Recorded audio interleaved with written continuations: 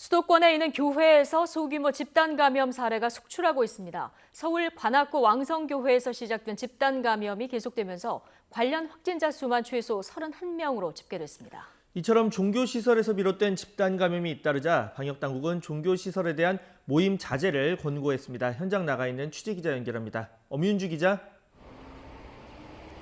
네, 서울 관악구 왕성교회 앞에 나와 있습니다. 네, 먼저 왕 기자가 나가 있는 왕성교회 관련 확진자 상황부터 좀 정리해 볼까요?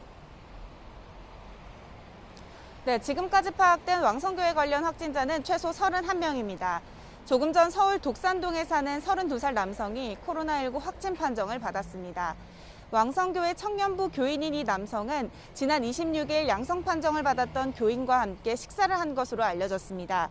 이후 곧바로 자가격리에 들어갔고 1차 검사에서는 재검 판정을 받았는데 그제부터 증상이 나타난 것으로 알려졌습니다. 어제 2차 검사를 받은 뒤 오늘 오전 양성 판정을 받았습니다. 왕성교회와 관련해 확진자가 나왔던 여의도 현대카드 사옥에서도 어제 오후 확진자가 1명 추가됐습니다. 경기 시흥시 목감동에 사는 3살 여아가 어제 코로나19 양성 판정을 받은 겁니다. 이 여아는 같은 날 확진 판정을 받았던 A씨의 딸로 시흥시는 아버지인 A씨로부터 감염이 전파된 것으로 추정하고 있습니다. 앞서 A씨는 지난 28일 확진된 노원구 확진자와 같은 여의도 현대카드 사옥 5층에서 근무한 것으로 확인됐습니다. 이로 인해 여의도 현대카드 사옥에서만 왕성교회 관련 확진자가 총 4명으로 늘어났습니다. 현대카드 측은 해당 층에 근무하는 직원 190여 명에 대해 다음 달 말까지 자가격리 조치하고 서울 본사는 재택근무를 시행하기로 했습니다. 네, 이 밖에 다른 수도권 교회에서도 확진 사례가 잇따르고 있죠. 네, 어제 경기 안양 주영광교회에서는 관련 확진자가 교인 2명, 교인의 직장 동료 2명으로 추가로 확진 판정을 받았습니다. 이로 인해 추가 확진자가 22명으로 늘어났는데요. 특히 50대 여성 신도가 경기 의왕시에 있는 라움 산후조리원에서 근무한 것이 알려지면서 보건당국은 산모와 신생아 그리고 직원 48명에 대해 코로나19 진단검사를 실시했습니다.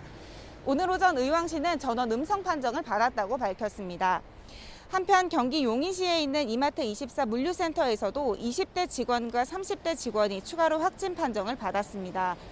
이 물류센터에서는 지난 26일 주영광교회 신도인 30대 직원이 첫 양성 반응이 나왔습니다.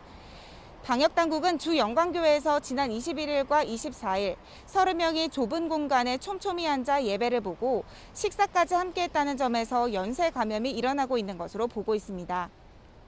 경기 수원시 중앙침례교회에서도 어제 4명이 추가 감염되면서 누적 확진자는 모두 7명으로 늘었습니다.